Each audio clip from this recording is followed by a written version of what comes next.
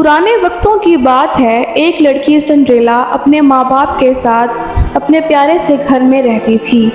اس کی ماں بچپن میں مر گئی تو اس کے باپ نے ایک بیوہ عورت سے شادی رچا لی جس کی پہلے شوہر سے ہی 2 بیٹیاں تھیں۔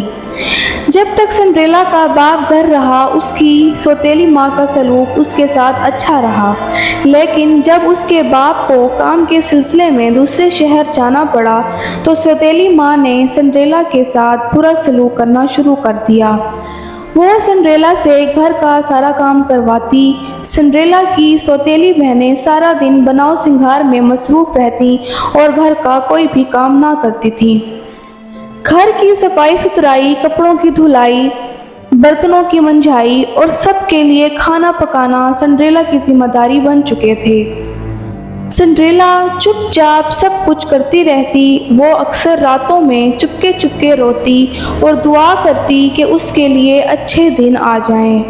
اچھے دن آتے تو ضرور تھے، لیکن وہ 2-3 دن تک ہی محدود رہتے تھے۔ جب سنڈریلا کا باپ گھر آتا تو سنڈریلا کی سوتیلی ماں اور بہنوں کا سلوک اچھا ہو جاتا۔ اسے پہننے کے لیے صاف ستھرے کپڑے ملتے اور گھر کے کاموں میں سب ہاتھ بٹاتے، لیکن جوں ہی اس کا باپ واپس لوٹ جاتا تو اس سے صاف ستھرے کپڑے چھین لیے جاتے اور اس کی پھٹی پرانی فراک اس کے حوالے کر دی جاتی تھی۔ سنڈریلا کے گھر میں بہت سارے چوہے بھی رہتے تھے جن سے اس کی سوتیلی ماں اور بہنیں ہمیشہ ڈرتی ہی رہتی تھیں۔ انہوں نے سنڈریلا کو کئی بار کہا کہ ان چوہوں کو مار بھگائے، مگر سنڈریلا نے ایسا کبھی نہیں کیا، کیونکہ یہی ایک چیز تھی جو اس کی اداسی کو کم کرتی تھی۔ چوہوں کی موجودگی پر سوتیلی ماں اور بہنوں کے فقط چہرے دیکھ کر اسے اکثر آرزو ہوا کرتی کہ کاش وہ بھی چوہا بن کر انہیں خوب ڈرائے۔ ایک دن سنڈریلا نے اپنی سوتیلی ماں کو یہ کہتے سنا کہ شاہی محل میں ایک بڑی تقریب منعقد ہو رہی ہے جہاں شہزادہ اپنے لیے ایک خوبصورت دلہن کو منتخب کرے گا۔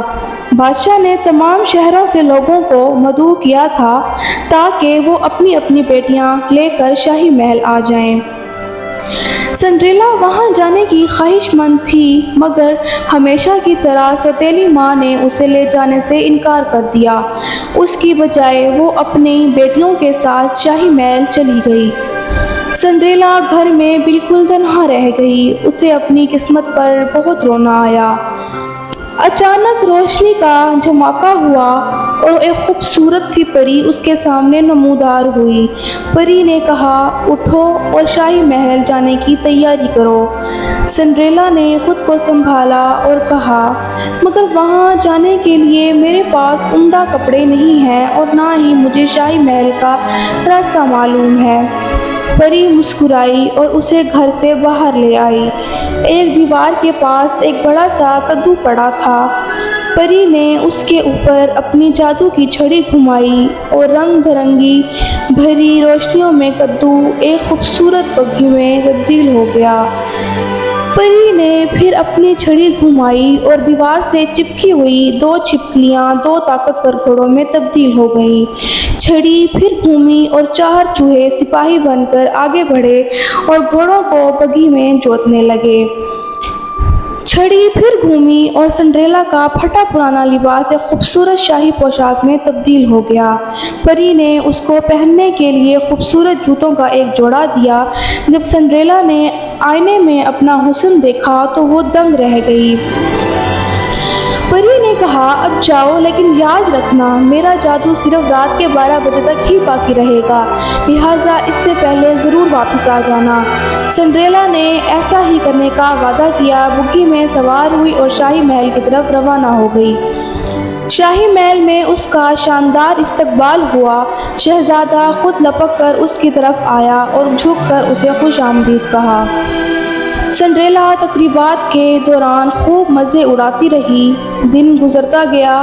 رات کے کھانے کے بعد رقص شروع ہوا۔ شہزادے نے سنڈریلا کو اپنے ساتھ رقص کرنے کی دعوت دی۔ وہ اتنا لطف اندوز ہو رہی تھی کہ پری کے انتباہ کے بارے میں بالکل ہی بھول گئی تھی۔ آدھی رات کو جب گھڑیال نے پہلا گھنٹا بجایا تو اسے پری کی بات یاد آ گئی اور گھبرا کر وہ صدر دروازے کی طرف بھاگی۔ شہزادے نے پیچھے سے اسے آواز دی مگر اس نے سنی انسنی کر دی۔ ہڑبڑاہٹ میں سنڈریلا کے ایک پاؤں کا جوتا اتر کر سیڑھیوں پر ہی گر گیا۔ وہ اسے لینے کے لیے بھی واپس نہ پلٹی اور جلد بازی میں بگھی پر سوار ہو گئی۔ بگھی اسے لے کر آنن فانن بھاگ کھڑی ہوئی۔ جیسے ہی آدھی رات ہوئی سب جادو ختم ہو گیا۔ اس کے کپڑے پرانی حالت میں آ گئے، بگھی کدو بن گئی، گھوڑے چھپکلیاں بن گئے اور سپاہی چوہوں میں تبدیل ہو گئے۔ دوسری طرف محل میں شہزادہ سنڈریلا کے یوں جانے پر اداس ہو گیا۔ اس نے سنڈریلا کو اپنی دلہن بنانے کا فیصلہ کر لیا تھا، لیکن اب وہ جا چکی تھی اور کوئی نہیں جانتا تھا کہ وہ کون تھی اور کہاں سے آئی تھی۔ شہزادے کو سیڑھیوں سے سنڈریلا کے جوتے کا ایک پاؤں مل گیا۔ اس نے فوراً اپنے خادموں کو حکم دیا کہ وہ شہر کی ہر لڑکی کے پاس جائیں اور اسے جوتا پہنوا کر دیکھیں۔ وہ جانتا تھا یہ اسی لڑکی کے پاؤں میں پورا آئے گا جس سے اسے محبت ہوئی ہے۔ اور ایسا ہی ہوا۔ خادم گھر گھر گئے اور بے شمار لڑکیوں کو جوتا پہنوایا۔ یہ کسی کو پورا نہ آیا۔ بالآخر وہ سنڈریلا کے گھر آ پہنچے۔ سنڈریلا کی سوتیلی ماں نے اپنی بیٹیوں کو جوتا پہنانے کے کافی جتن کیے مگر جوتا ان کے پاؤں میں پورا نہ آیا۔